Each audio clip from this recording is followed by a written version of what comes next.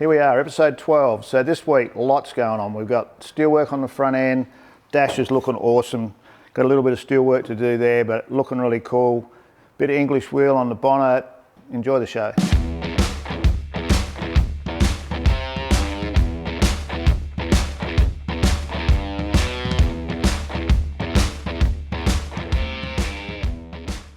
So structurally the front end's pretty much done now. So these are the original rails, extensions that go on those top rails. And they've just been put back in the same position they came out of. So that's how Ford did it. Not the prettiest looking stuff, but very functional. So that completes the front end from a structural point of view. We've still got to make some sort of shield to come in here to fill up between the guard, so splash shield effectively from here through. So once we get the guards on, I'll work out what I'm going to do with that. We're going to make something up for that. And then I've put the hinge back on each side, that bit of filler we did last week, and to get that cowl panel on there. And now we're just making sure all this dash is going to fit properly. So this one here should have went in first. So Simon's got all that trimmed up nice now, so once our screen comes up here, that'll give us fully effective demister.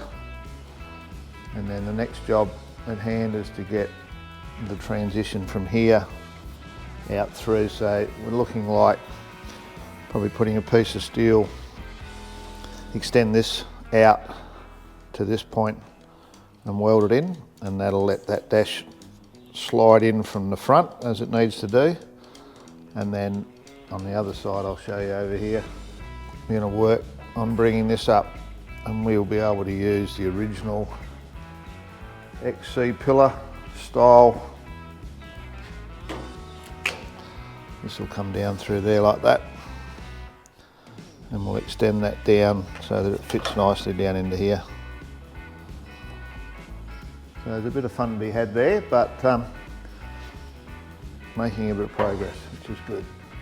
So to get this corner here, once that taper comes down through there, I'll have to make a piece to fit in here and do a bit of plastic welding to get this original panel. So that's the actual full width of that dash. Worked out surprisingly close. And then we'll run the pinch weld down here. It's got a foam edge on it, like that. And that'll enable us, we'll work out where we stop that, because this panel here will fit in there. So we may even choose to keep that, or we may get rid of it.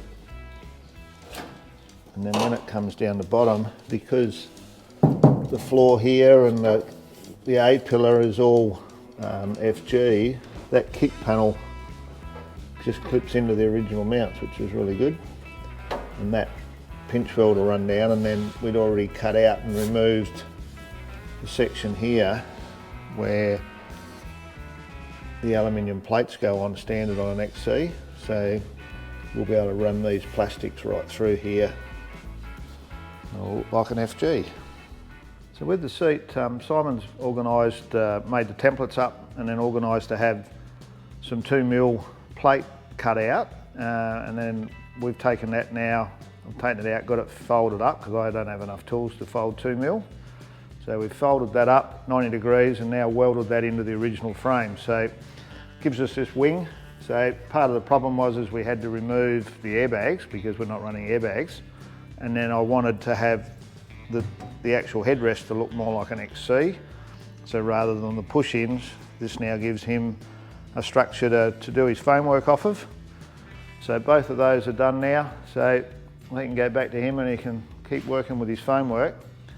And then the bases of the seats as well have a bit of an inherent problem where they crack. So we've made some extra frame structures to strengthen them up, and he's also put some extra spring work in.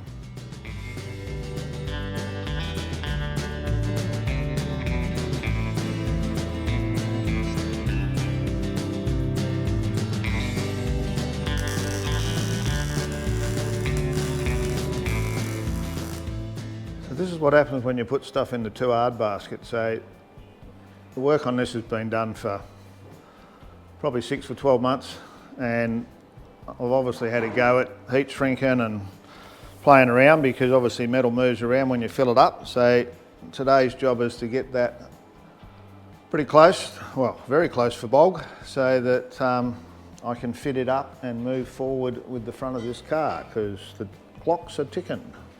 So I've spent a couple of hours on this shell for the bonnet, and for those that know this model, this pillar here normally comes across, but we've got that fuel injection sitting in there, so we've taken the rail out, put some ends in here, and then all the rest is, all these bits have been filled. This has all been made through here, so that when it's on, it'll almost look like fiberglass. Probably should have done it out of fiberglass, but there's something about working with steel. So I've just got to put this in the English wheel now, which I've got out here next door to me. So you can see there the amount of shrinks that I've had in there. It's been a bit of a challenge for me, but we're just about there now. So you can see the curvature there starting to work. So when I sat the skin back on it, ended up with probably 10 mil between this face and the outside skin. So I'm just going to put that back in the wheel and roll it a few more times so that I can get a little bit more of a curve this way going in that, and that'll enable me to glue those together, because I don't want the thing flapping around and making a whole lot of noise. So the English wheel, we hear about them all the time, we see them in, you know, the cool workshops and all that sort of stuff. You can tell by mine it's fairly new, hasn't had a lot of use. I don't know a lot about it. I've watched a few YouTube clips, I've got a book about it. I know roughly what's going to happen when I use it, but I won't say I have a lot of skill on it, because I just haven't had the need to do it. With a job like this where I've done a lot of heat shrinking, I can get it close by hammer, but what the wheel does is flatten all that out and makes the job look a whole lot better, less filler. The downside is if you don't know what you're doing or you're using the wrong wheels, you can effectively put lines in it, you can overstretch the metal. So you've got two wheels, a big one and a small one, and what that's doing is when you tighten up onto that, as you wheel it, if it's too tight, or if it's tight, if you want it to go like that and you tighten it up, every time you pass over, that metal slightly gets squashed that little bit, which makes it grow, and when it grows it needs somewhere to go, so it gets the rise in it. So my plan here was to be able to wheel this to give this a bit more curve, because I want this point to come up closer towards the skin, and I can do that, and then I obviously need it flat on the other side. So normally a two-person job, I can get away with this sort of work, and when I did a lot of tailspin stuff at Adam and Kylie's on their machine, which was the same as this, that's why I bought this one, you get a feel for it. I just seem to have a natural touch with metal, and I can feel where it's going, but it's a time thing, and you just got to spend the hours to profess it and work out what you're going to do with it.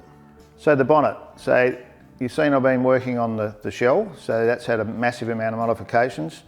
The skin itself is pretty much stock, except originally the plan was to have an air cleaner or two air cleaners sticking through, and you'll see some of the early photos with that big air cleaners on it.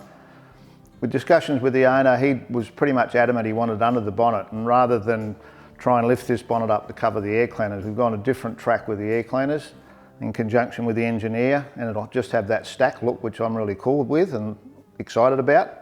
Not that I get excited very often, but excited about. So we actually English wheeled this ridge out to be able to put the air cleaners through, so we had a nice edge to work to.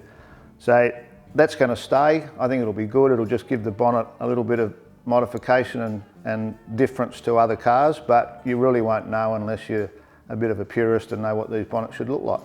So when I lifted the shell up earlier, those people that were probably looking really hard could see there was a couple of bits of light coming through. So what we've been doing here now is put a bright light on the underside and just check. You might have a little split somewhere or a pinhole from the welding process.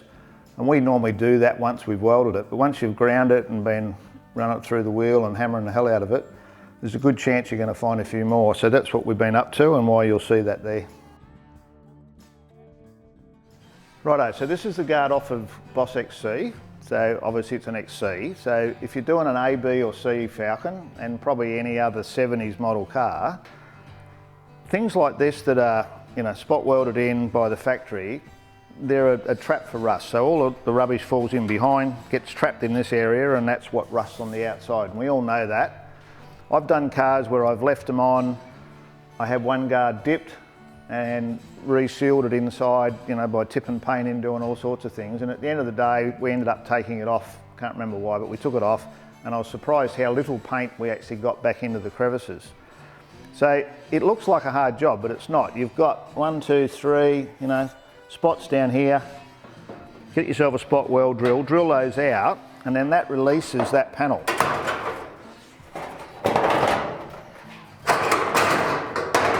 And then once you get that out, you'll then see that all this area here is all had, you know, crap in there, and it's all started to pit with the rust.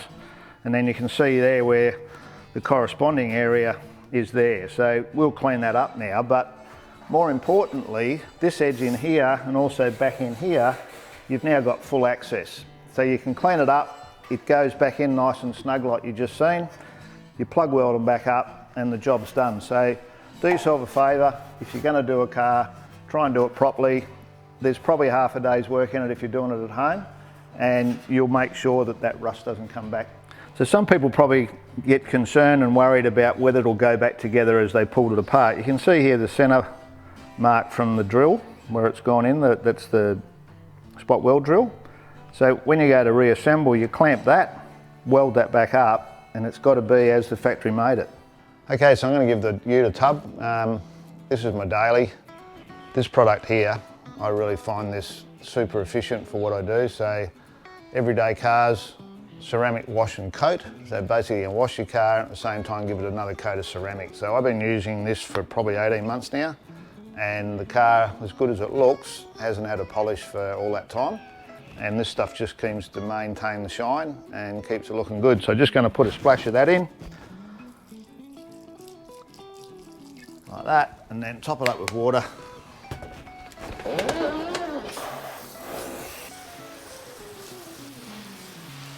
So if you just hose it off, get all that loose dust and stuff off it, and then I like to use Mother's little helper sponge, which is a sponge, but it's got microfiber on it.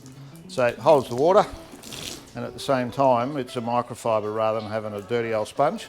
And I find that really good, so I'm just going to wipe that all over, hose it off, and then dry it. So it's really quite unusual because it doesn't actually soap up like normal soap. It feels a little bit strange when you first do it, but it doesn't seem to make any difference to how it cleans.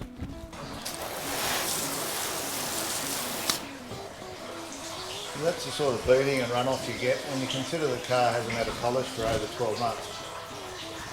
Makes life pretty easy, really.